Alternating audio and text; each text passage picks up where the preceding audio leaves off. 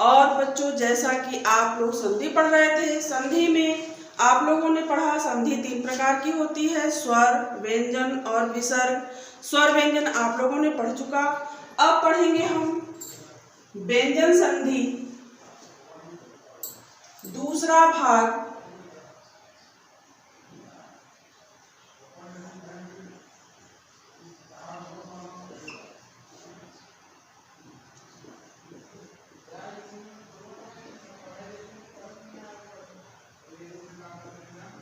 व्यंजन संधि।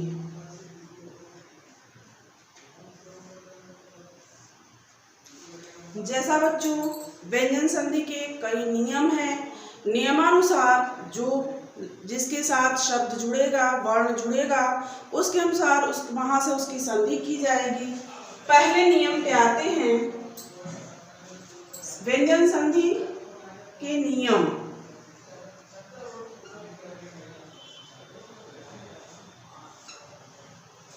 पहला नियम है, जैसा कि आप लोगों को मैंने बताया कि स्वर प्लस व्यंजन बराबर व्यंजन, व्यंजन प्लस स्वर बराबर व्यंजन, व्यंजन प्लस व्यंजन बराबर व्यंजन। व्यंजन का पहला नियम है, व्यंजन संधि का पहला नियम है क, ट,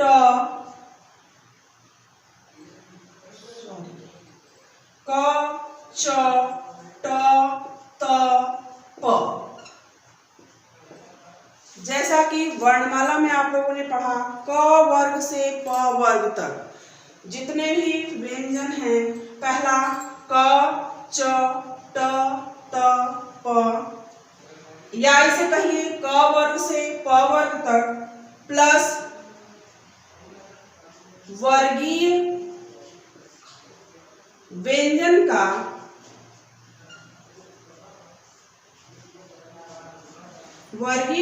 का तीसरा, चौथा,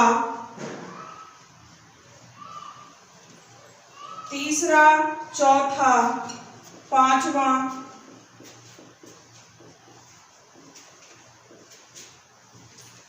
वर्ण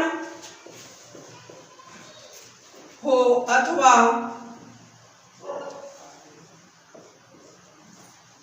य, र, ल, व। य, र, ल, व आप लोगों ने पढ़ा वर्णमाला में कि य, र, ल, व क्या है। उसमें व्यंजन य, र, ल, व, क, च, ट, त, प सारे वर्ग का पहला, क से लेके प तक का पहला वर्ण, फिर सारे वर्ग के व्यंजन का तीसरा, चौथा, पांचवा वर्ण हो अथवा य, र, ल, व हो, या उसमें व्यंजन या कोई स्वर। तो क्या होगा, स्वर हो तो क के स्थान पर ग हो जाएगा और च के स्थान पर ज होगा, ट के स्थान पे क के स्थान पर ग होगा, च के स्थान पर ज होगा, ट के स्थान पर ड होगा, त के स्थान पर द होगा, प के स्थान पर ब होगा। अगर क, च, ट, त, प वर्ग का वर्गीय व्यंजन का तीसरा, चौथा, पांचवा वर्ण हो या य, र, ल, व उस शब्द में अगर आपके वर्गीय व्यंजन का तीसरा, चौथा, पांचवा वर्ण हो अथवा य, र, ल, व हो या कोई स्वर हो तो क के स्थान पर ग होगा और च के स्थान पर ज होगा, ट के स्थान पे ड होगा, त के स्थान पे द होगा और प के स्थान पे ब होगा। देखिए फिर से हम दोहराते हैं, क, च, ट, त, प, या ऐसे कहिए या क वर्ग से प वर्ग, क वर्ग से प वर्ग का पहला वर्ण वर्गीय व्यंजन का तीसरा, इस वर्गीय व्यंजन का तीसरा, चौथा, पांचवा, इन सारे व्यंजनों के का तीसरा, चौथा, पांचवा वर्ण हो अथवा य, र, ल, व हो या कोई स्वर हो तो क के स्थान पे ग होगा, च के स्थान पे ज होगा और ट के स्थान पे ड होगा, त के स्थान पे द होगा और प के स्थान पे ब होगा। जैसे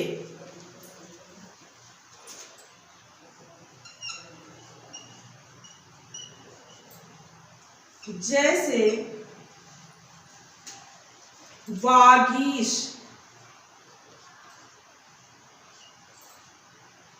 कहां से हम करेंगे अलग, ग के स्थान पे क होगा, वा, ग के स्थान पे क होगा, वाक प्लस ईश। यह आपके व्यंजन संधि का पहला नियम है। आप नियम याद करेंगे तभी होगा। जैसे ग के स्थान पे, क के स्थान पे ग, क के स्थान पे ग। दूसरा दिग्गज, अब देखिए ग के स्थान पे क तो क्या होगा, दिक प्लस गज। तीसरा डब्बा, डब्बा, ब के स्थान पे प होगा तो क्या होगा, डप, ड, प, अप प्लस बा।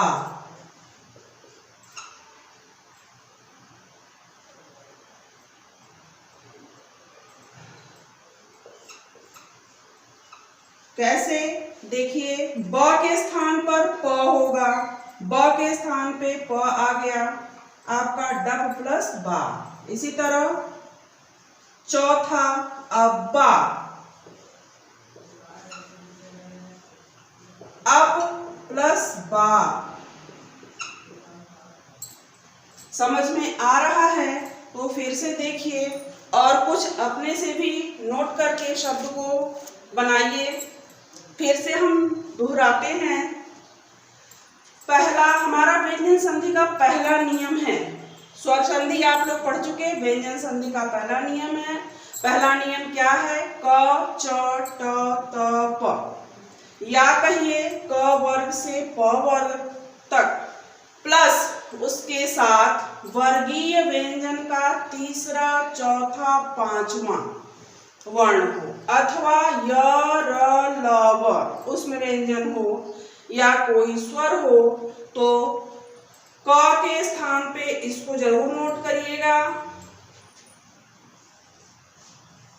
क के स्थान पे ग हो जाता है, च के स्थान पे ज हो जाता है, ट के स्थान पे ड हो जाता है, क के ग, च के ज, ट के ड, त के द, प के ब, तीसरा वर्ग हो जाता है।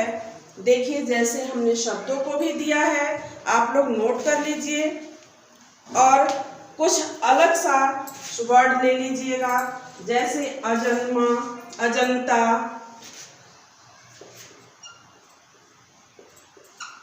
अजंता,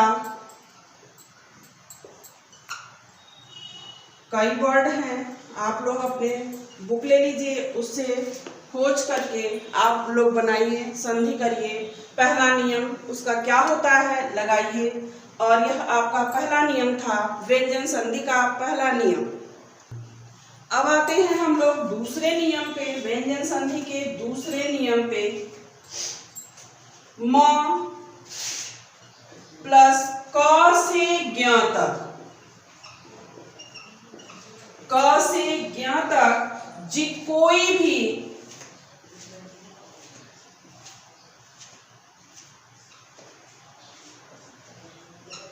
क से ज्ञ तक कोई भी वर्ण या अनुस्वार।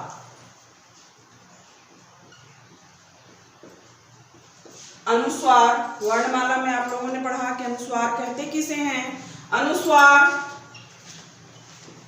अंग की मात्रा को कहते हैं,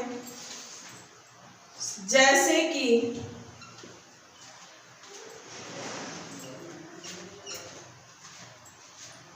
संकल्प। क्या हो जाता है, क से ज्ञ तक कोई भी वर्ण हो उसकी जगह क्या आता है, म आता है। या क से ज्ञ तक कोई वर्ण हो या अनुस्वार हो तो वहां पर म आता है। संकल्प सम प्लस कल्प।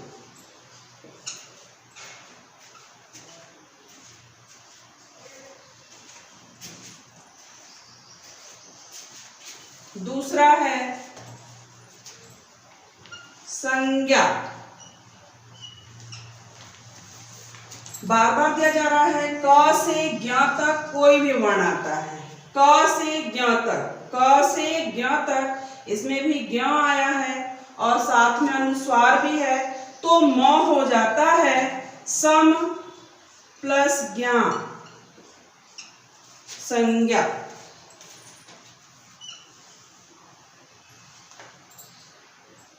संवत।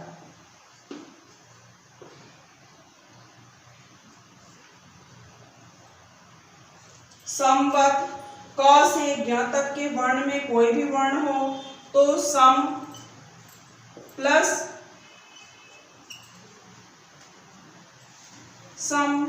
वत।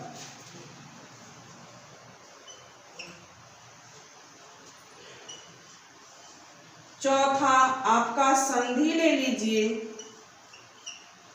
सम प्लस धी। देखिए बच्चों फिर से बहुत आसान है। दूसरा नियम, क से ज्ञ तक कोई भी वर्ण हो या साथ में उसके अनुस्वार हो। क से ज्ञ तक कोई भी वर्ण हो या अनुस्वार हो। अनुस्वार जैसे ये अनुस्वार अंग की मात्रा लगा हुआ है, कोई भी अनुस्वार हो तो उसकी जगह म का प्रयोग करते हैं विच्छेद करते समय। यह दूसरा नियम है व्यंजन संधि का। दूसरा नियम है, जैसे कि संकल्प अनुस्वार भी है, क से ज्ञ तक कोई भी वर्ण, क आपका आ गया सम प्लस कल्प। दूसरा संज्ञा। संज्ञा में भी देखिए अनुस्वार के साथ क से ज्ञ तक आपका ज्ञ वर्ण आया है, सम प्लस ज्ञा। संवत आपका अनुस्वार और वर्ण भी क से ज्ञ तक के बीच में आया है, सम प्लस वत। संधि सम प्लस धी। आपका ये व्यंजन संधि का दूसरा नियम है और आसान भी है। जैसा कि बच्चों आप लोगों ने पढ़ा व्यंजन संधि का दोनों नियम, हमें आशा है कि आपको समझ में भी आया होगा। अब हम आते हैं तीसरे नियम पे।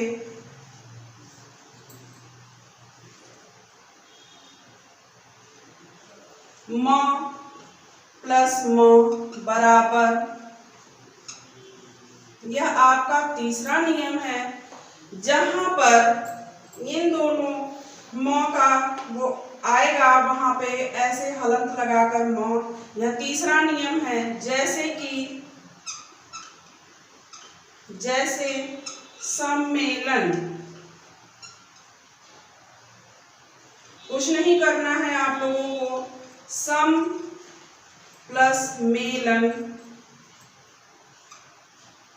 यह आपका तीसरा नियम है, व्यंजन संधि का तीसरा नियम है। कुछ आपको नहीं करना है, देख लीजिए जहां पे ऐसे शब्द में यह दोनों रहेगा वहां पे सिर्फ आपको यहां से संधि कर देनी है। कहां से किए हैं, यहां से। दूसरा वर्ड सम्मान। सम्मान सम प्लस मान। तीसरा सम्मुख, सम प्लस मुख। देखिए बच्चों, बड़ा आसान ही तरीका है। तीसरा नियम बहुत ही आसान है। सिर्फ आपके वर्ड में, पूरे वर्ड में आपके आधा म और पूरा म, अर्धमात्रिक और पूर्णमात्रिक दोनों रहेगा। उसी को सिर्फ उठा के म के स्थान पे म ही कर देना है, आधा म ही, कुछ नहीं चेंज करना है। देखिए, सम्मेलन, सम प्लस मेलन। दूसरा सम्मान, सम प्लस मान।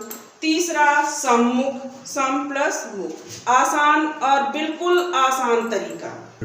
अभी तक आप लोग तीसरा नियम पढ़े। अब व्यंजन संधि का चौथा नियम क्या है, देखिएगा ध्यान से। क, च, ट, त, प। अब इनके स्थान पे क्या आएगा? क के स्थान पे अंग, च के स्थान पे ज,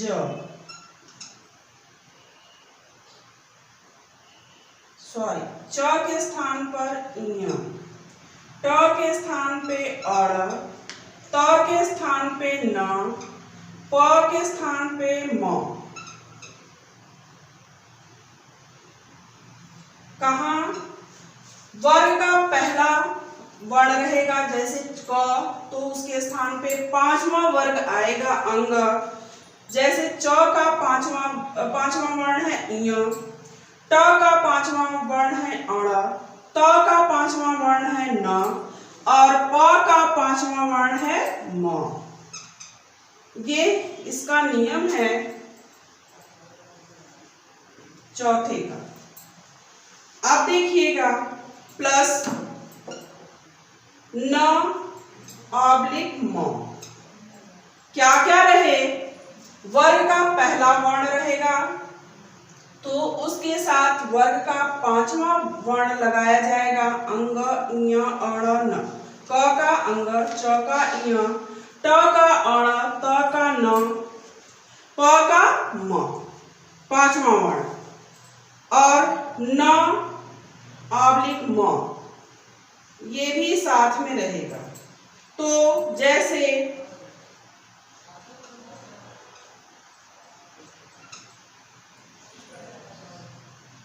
वाङ्मय, वाङ्मय, अंग आया तो कौन सा वर्ग लगेगा? पहला वर्ग वाक प्लस मय, वाक प्लस मय। सतनारी, सन्नारी,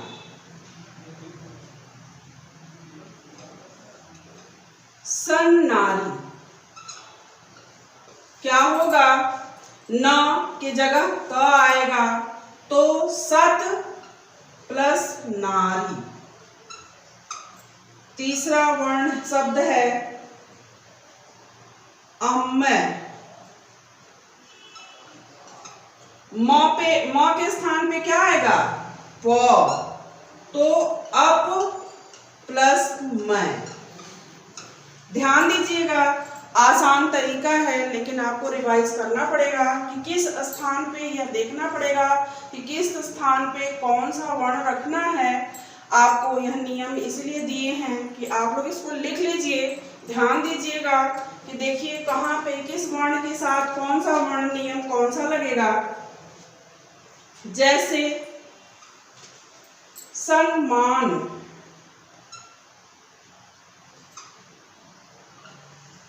तो न की जगह सत प्लस मान। पांचवा सन्निकट, तो सत प्लस निकट। देखिए आसान तरीका है ना, आराम से देखिए। क फिर से एक बार देख लीजिए, यह चौथा नियम है व्यंजन संधि का। आपका वर्ग का क से प तो क के स्थान पर उसी वर्ग का पांचवा वर्ण, च के स्थान पे उसी वर्ण का पांचवा वर्ण, ट के स्थान पे भी उसी वर्ग का पांचवा वर्ण, त के स्थान पे उसी वर्ग का पांचवा वर्ण और प के स्थान पर भी उसी वर्ग का पांचवा वर्ण लगेगा। जैसे आप लोग उदाहरण देख रहे हैं, आप इसको नोट कर लीजिए और कुछ उदाहरण लेकर अपने आप भी करिए। देखिए यह क्या है, व्यंजन संधि का चौथा नियम। कितना आसान और सरल तरीका। चलिए बच्चों, अब आते हैं व्यंजन संधि के पांचवें नियम पे। पांचवा नियम है त के स्थान पर ल प्लस ल, त प्लस ल रहेगा बराबर जैसा कि त के स्थान पे ल। तो ये आपका पांचवा नियम है, आप लोग नोट भी करते जाइएगा। जैसे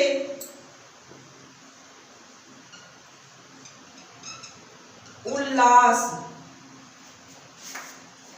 विच्छेद किया जाए तो क्या होगा, उत प्लस लास, उत प्लस लास। ल के स्थान पे त, ल के स्थान पे त का प्रयोग किया गया है। दूसरा उल्लसित,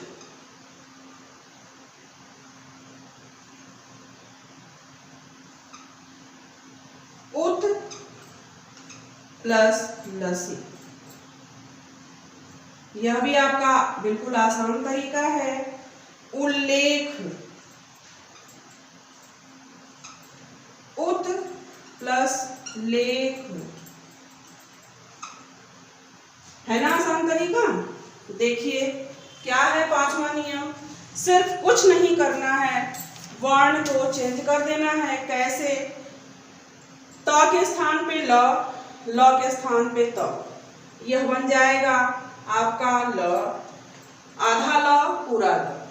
कैसे, उल्लास आ गया आपका, आधा ल पूरा ल उल्लास। इसी ल के स्थान पे आपको त सिर्फ कर देना है, उल्लास की जगह उत प्लस लास। दूसरा में जैसे है, दूसरे उदाहरण में उल्लसित, उत प्लस लसित। उल्लेख, उत प्लस लेख। अब हम लोग छठवें नियम पे आएंगे। अभी तक मैंने 5 नियम बता चुके हैं, छठवें नियम पे आएंगे। इसका सूत्र है त प्लस ट। तो त के जगह ट बराबर, यह आपका इसका छठवां नियम है। ध्यान दीजिएगा छठवां नियम क्या है। जैसे सट्टा,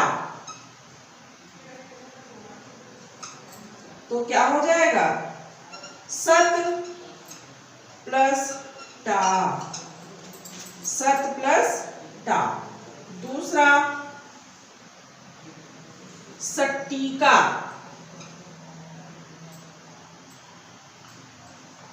सत प्लस टीका। सट्टा, सट्टा आपका हुआ, देखिए सट्टा, सत प्लस टा। यह भी आपका एकदम आसान तरीका है। कौन सा, व्यंजन संधि का छठवां नियम है। सिर्फ कुछ नहीं करना है, ट के स्थान पर त का प्रयोग करना है। अगर रहेगा तो सिर्फ त प्लस ट, इन्हीं दोनों को आपको विच्छेद करते समय जोड़ देना है बस। जैसे सट्टा के साथ हुआ सत प्लस टा, सट्टिका, सत प्लस टीका। आपका यह छठवां नियम है, एकदम आसान से आसान तरीके से है। आप लोग ध्यान दीजिएगा और करिएगा। चलिए बच्चों, अब 7वें नियम पे आते हैं। हमारा व्यंजन संधि का 7वां नियम क्या है। त प्लस ड, तो उसके स्थान पे ड बराबर, यह इसका 7वां नियम है। क्या होगा? त प्लस ड, जहां पे इन दोनों जुड़े हुए होंगे वहां पे इसका, हमारे शब्द में इसका उच्चारण आएगा। जैसे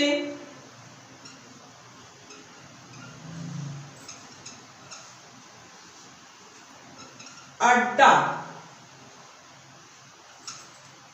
अड्डा में क्या आएगा? ड की जगह क्या आ रहा है? त। अत प्लस डा, ध्यान दीजिएगा, देखिए आया है ना। ये दोनों हमारे शब्द में जुड़े हुए हैं, यहाँ पे ये दोनों शब्द में जुड़े हुए हैं। इसी ड के स्थान पे क्या होगा? त होगा। देखिए अत प्लस डा। दूसरा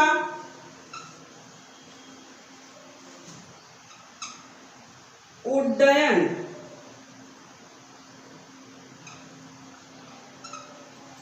यह देखिए जुड़ा हुआ है ना, ये दोनों वर्ण जुड़े हुए हैं। यहाँ पे सिर्फ उसी की जगह क्या करना है? उत प्लस डयन।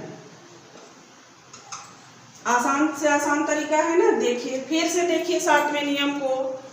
त के जगह सिर्फ ड की जगह त आएगा और त प्लस ड, दोनों ड रहेंगे, दोनों वर्ण ऐसे रहेंगे, उसकी जगह एक ड की जगह त का प्रयोग होगा। जैसे अड्डा में देखिए ये दोनों ड आया है, एक अर्धमात्रिक एक पूर्ण मात्रिक आया है। एक अर्धमात्रिक की जगह अर्धमात्रिक त जुड़ेगा, सिर्फ अत प्लस डा विच्छेद कर दिया हमने। यह व्यंजन संधि का आपका 7वां नियम था। इसी के साथ आज का क्लास हम खत्म करते हैं। अगले वीडियो में 8वें व्यंजन संधि के 8वें नियम के साथ मिलेंगे। तब तक के लिए धन्यवाद।